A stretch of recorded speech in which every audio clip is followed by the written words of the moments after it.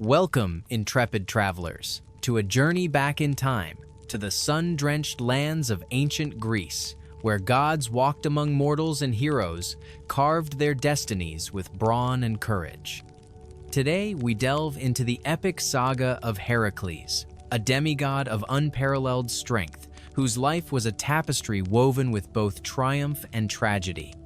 Our tale begins not with glory, but with a profound sorrow, a darkness that would forever shape the hero's path. In a fit of madness, a cruel affliction sent by the jealous goddess Hera, Heracles committed an unspeakable act. He slew his beloved wife, Megara, and their children. When the haze of his temporary insanity lifted, the weight of his actions crushed him. Desperate for atonement, he sought guidance from the Oracle at Delphi. The Oracle, the voice of the gods, delivered a daunting prophecy. Heracles was to serve King Eurystheus of Tyrians for 12 long years, and in return, he would be tasked with 12 impossible labors. Completion of these tasks would cleanse his soul and grant him immortality. And so, the path to redemption began, paved with trials that would test the very limits of human and divine endurance.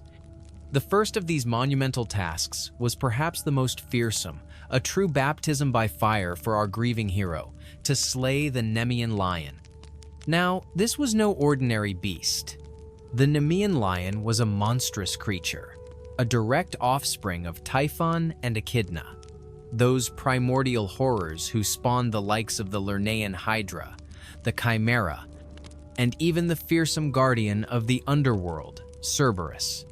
This was a being of pure, unadulterated terror, and it had unleashed an unfathomable reign of dread upon the unsuspecting villages of Nemea. Imagine the fear, the chilling whispers, the panicked cries as this colossal predator stalked the land.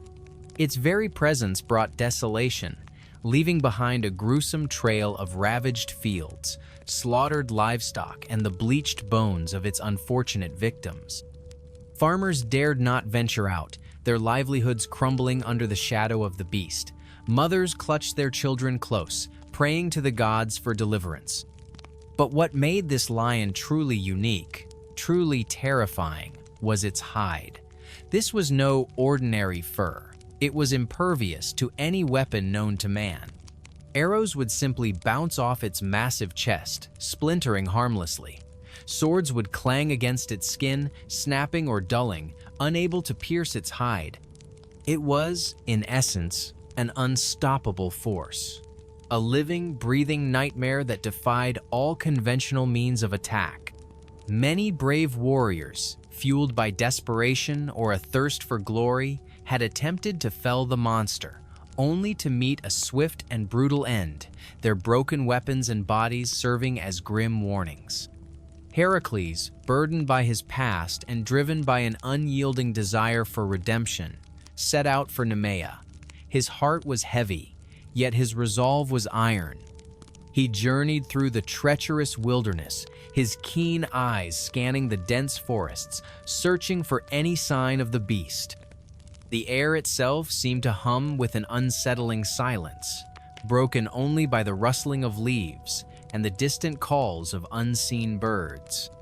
It wasn't long before he began to discover the telltale signs of the lion's destructive presence. Colossal trees snapped at their bases, as if by a monstrous hand. Once fertile fields now barren and scarred, and yes, the chilling sight of countless bones, stark white against the dark earth. Each gruesome discovery fueled his determination, transforming his sorrow into a cold, focused fury. Finally, after days of relentless tracking, Heracles stumbled upon the lion's lair. It was a dark, foreboding cavern, carved deep into the side of a rocky hill.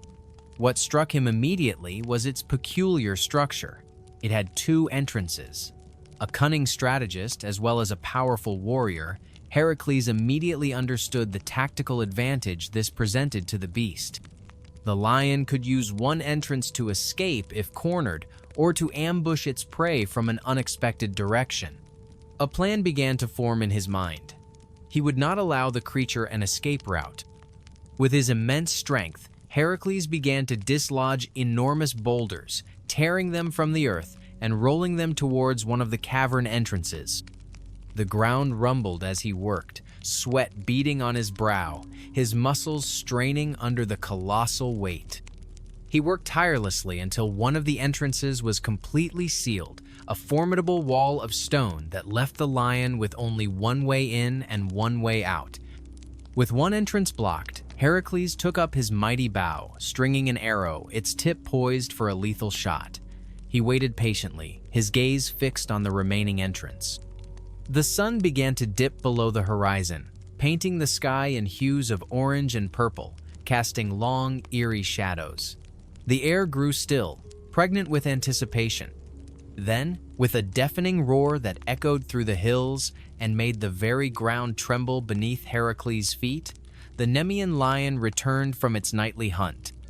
Its eyes, glowing like embers in the twilight, fixed on the lone figure at its lair. It was a truly terrifying sight, a creature of immense bulk, its muscles rippling under its impenetrable hide, its fangs long and sharp, its claws like daggers. Heracles, undaunted, released his arrows. Thwip, thwip, thwip. They flew with incredible speed and accuracy, striking the lion squarely in the chest. But as predicted, they simply clattered to the ground, harmlessly deflected, the beast barely registering their impact. Frustration flickered across Heracles' face, but only for a moment. He then drew his mighty sword, a weapon forged for heroes, and swung it with all his might, aiming for the lion's head. The blade struck with a resounding clank, but instead of cleaving the beast, the sword itself buckled and bent, rendered useless against the lion's extraordinary hide. It was then that Heracles understood. Conventional weapons were useless. This was a battle that could only be won by brute force, by the raw power of his own demigod strength. He cast aside his broken sword, his gaze unwavering as the lion, sensing his vulnerability, let out another ferocious roar and lunged. The air filled with the scent of raw power and primal fury. The lion, a blur of muscle and claw, attacked with savage intensity, its razor-sharp claws aimed at ripping Heracles limb from limb. But Heracles was ready. With a speed that belied his size, he dodged the initial assault. Then, with a primal roar of his own, he grappled with the beast. The ensuing struggle was a maelstrom of fur and muscle, a furious dance between man and monster. Heracles, leveraging his immense strength, locked his arms around the lion's massive neck, seeking to choke the life from it. The lion thrashed violently, its powerful hind legs tearing at the earth, its jaws snapping dangerously close to Heracles' face. It tried to bite, to claw, to break free from the hero's relentless grip. The sheer force of the lion's struggles was immense, threatening to dislodge Heracles, but the hero's resolve was unshakable. His muscles bunched and strained, his veins bulging, as he squeezed with every ounce of his legendary strength. The battle raged within the confines of the cavern, a desperate, silent struggle for dominance. Minutes stretched into what felt like an eternity. The lion's roars grew weaker, turning into guttural snarls, then labored gasps.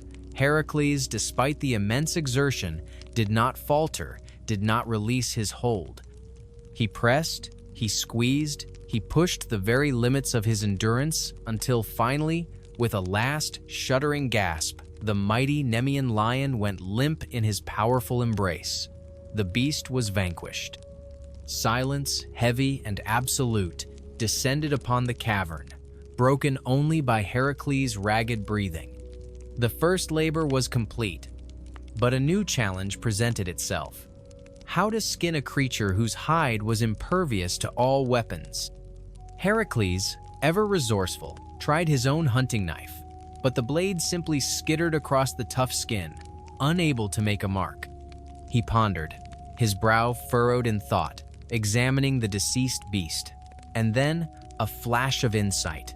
The lion's own claws, they were incredibly sharp, designed to tear through flesh and bone. If anything could pierce its hide, it would be its own natural weaponry. With grim determination, Heracles took one of the lion's massive paws and, using its razor-sharp claws, began to meticulously cut away at the magnificent, impenetrable hide. It was a painstaking process, but slowly, surely, the skin began to separate from the muscle. He carefully flayed the entire beast, a gruesome but necessary task. With the colossal carcass of the Nemean Lion slung over his mighty shoulders and its magnificent blood-stained hide draped around him, Heracles began the triumphant, if weary, journey back to Mycenae, to the court of King Eurystheus. The sight of the hero emerging from the wilderness with the slain monster as his trophy was a truly awe-inspiring spectacle. However, King Eurystheus, a man of weak will and easily terrified, was utterly overwhelmed by the sheer scale of Heracles' achievement. The sight of the monstrous lion's carcass, its powerful head still intact, filled him not with awe, but with abject terror. He gasped, his face paling, and immediately ordered Heracles never again to enter the city walls with such a terrifying display of his conquests. From that day forward, Heracles was commanded to showcase his slain monsters and completed labors outside the city gates. Eurystheus was so consumed by fear of Heracles' incredible strength that he even had a large bronze jar built for himself, a hiding place where he could cower and flee whenever Heracles returned from one of his arduous labors. And so, the skin of the Nemean Lion became more than just a trophy for Heracles. It became his signature attribute, his impenetrable armor, and his fearsome symbol. He fashioned the lion's head into a helmet, its gaping jaws framing his resolute face, and the rest of the hide he wore draped over his shoulders, a cloak of invulnerability. This lion skin was a testament to his first great triumph, a constant reminder of the monster he had overcome, and a tangible symbol of his extraordinary strength and the protection of the gods.